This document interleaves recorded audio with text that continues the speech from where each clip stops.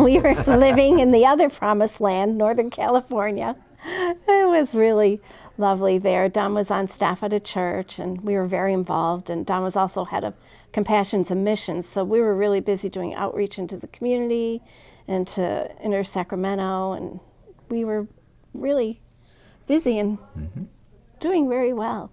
In that first trip to Cambodia, it was astounding the combination of their hunger, right, to learn from the Bible, and also the depth of the poverty and really the devastation the Khmer Rouge had done, right? We'd read about it, but it's very different than seeing it, right, and experiencing it. Whenever Don was teaching, people would be writing notes on their arms and on their legs because they didn't have paper to write on. We were just so overwhelmed by the depth of the poverty. I would go hang out with the children. They had little kids club going on to keep them involved, and they were just so darling and so little. And whenever we'd leave a village, they would just run after the van till they were just tiny little specks. We couldn't see them anymore.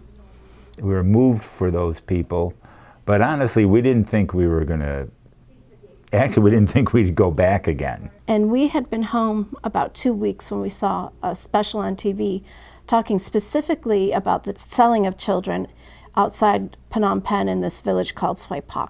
The children were being sold to pedophiles coming from all over the world. We just felt, we have 4 kids, 3 daughters, and 12 grandkids, 7 granddaughters, and if they were in trouble and no one was willing to help them, how would we feel? So we thought, how could we not know that was happening? Because we asked pastors and what the problems were that they were facing and what their needs were, and it was just all the obvious of trying to recover from the war and needing discipleship and materials.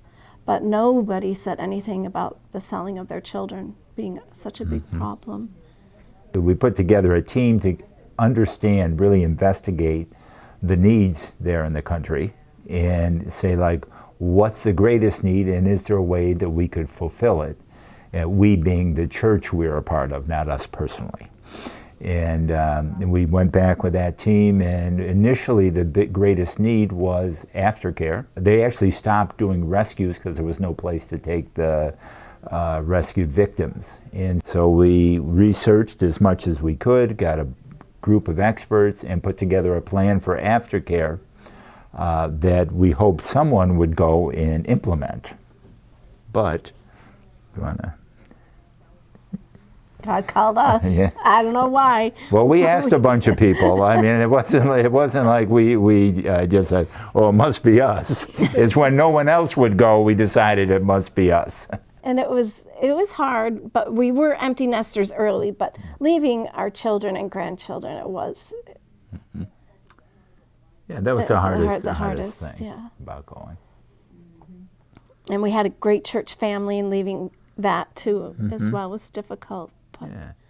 If we hadn't gone to Cambodia, we never would have experienced God's grace and love to the extent that we have. You know, Cambodia many times brought us to our knees, and we were able to experience that truth, though, right? And it grew our faith. I can't imagine my life without those people in it now. God's promise, that if you leave your family, He's going to give you an even better, bigger one, and He has been faithful to that promise. So